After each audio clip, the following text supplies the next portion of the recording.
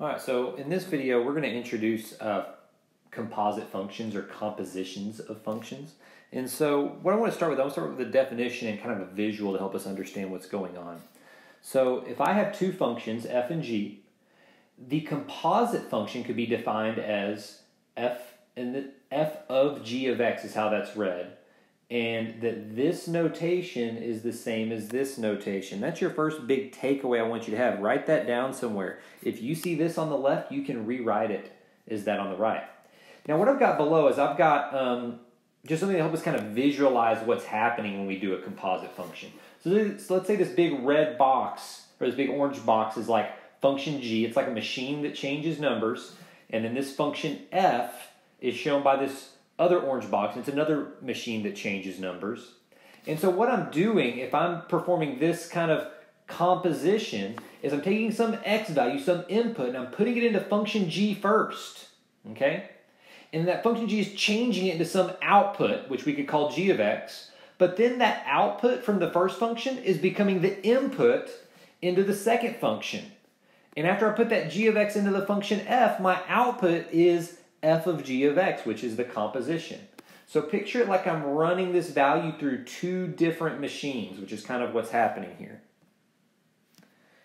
And so here's an example to kind of help us see what's going on. So I'm going to start with the example. We're given a function f of x and another function g of x. And it tells us first to find f of g of 3.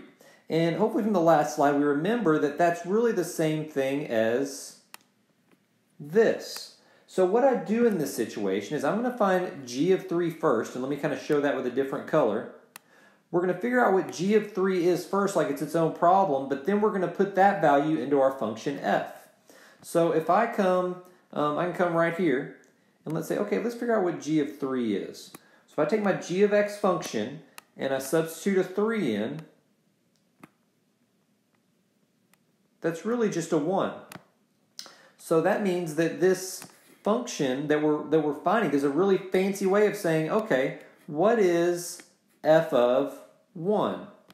And in order to find f of 1, I can kind of come over here to the side again, and let's just do f of 1. And I'm going to use my f of x function, but with 1 substituted in for x.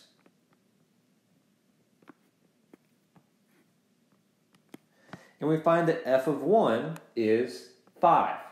So what that means is if I take a 3 and I run it through my g function first, get an answer, and then run that answer through my f function, the output is going to be 5. That's our answer.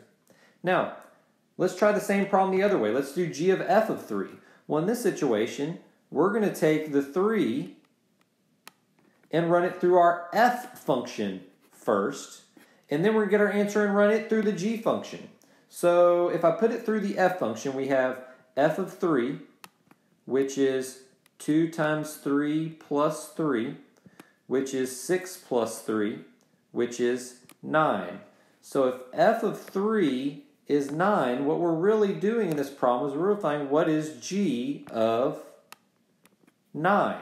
Okay? We kind of came over here, did some math, and now I'm writing it back there. And so if we're really finding what g of 9 is, that means I'm substituting a 9 into this function. So g of 9 is going to be, I'm going to kind of try to separate this here. G of 9 is going to be 4 over 9 plus 1, which is 4 over 10, and that really simplifies to 2/5.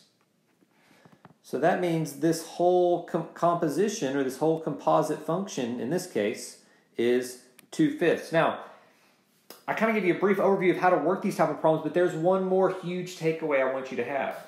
Notice whenever it was in this order, when I did f of g of x, or f of g of 3, but then I reversed the order and did g of f of 3, we got two different answers. That means that this function composition is not commutative. Meaning the order does matter. Okay, you got to be really careful with these, because f of g of 3 is not the same thing as g of f of 3.